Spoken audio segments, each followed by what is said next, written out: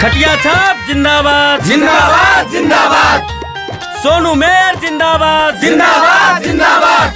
गांव घर में शोर है, सोनू मेयर लटखोर है। कोई इज्जत देगा? ए मेयर जी देखा देखा देखा गोरकी भौजी जा जा जा गोर लागा, वोट मांगा।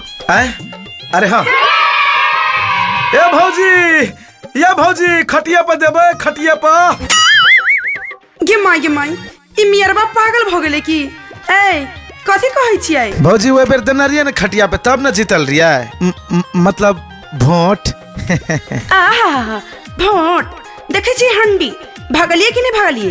ए भौजी एना नहीं कहू न त की करबै? चुम्मा लेब की कर लिए 5 साल में? आई टोल के त एकटा डगर बना भी ना सकलिए, अब वोट मांगल आइली। चल सुन हेरे पिछला बेर सब मिलके जीता देलिया, मेयर अध्यक्ष बना देलिया, विकास ने केला देखे रोड आगली, सत्ता पैसा धरने तू अपने झोली। भले दुई हंडी भौजी हमरा मार लिया ये, अब फेनो समय बना दिया ये, विश्वास करू गांव के हम चियै देबार, जितबै त सबके बना देब घर। खटिया छाप जिंदाबाद जिंदाबाद जिंदाबाद। सोनू मेयर जिंदाबाद जिंदाबाद जिंदाबाद। हे भौजी खटिया पे देबे, खटिया पे सब कोई के कहै छी। आहा खटिए पर सोई गेलिए, फेर बानर जी खा मुलट काको एक करती त लाजे नहीं लागले, लाज ने शर्म भर दे गरम।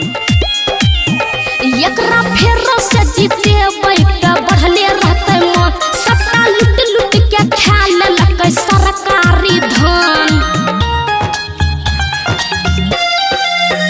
ऐ बेर पूरा कर देब भौजी सबके ये आस, गली गली नहर शहर हम करबै विकास।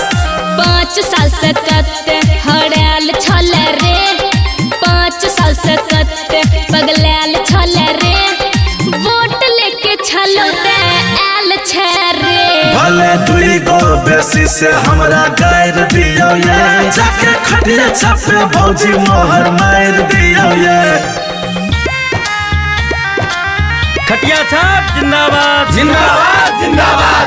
खटिया छाप जिंदाबाद जिंदाबाद जिंदाबाद। Mix by Rupam Singh.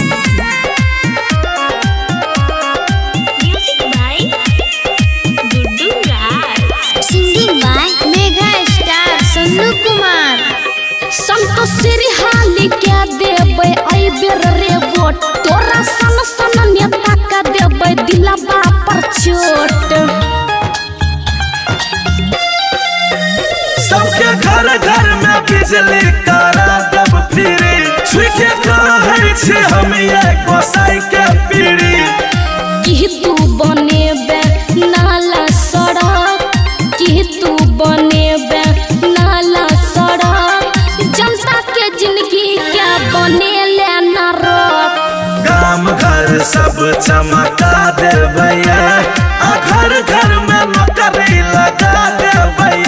भले दुई हंडी भौजी हमरा मार लिया ये, अब फेनो समय बना दिया ये। बोजर खसुआ आप जैते के दुआर पर त मार बारहन से कदीमा के लत्ती जी का मुंह चतरा देबै। तुनकी वाला मुरी मोचरा बजर खसुआ। चालू ये दीदी।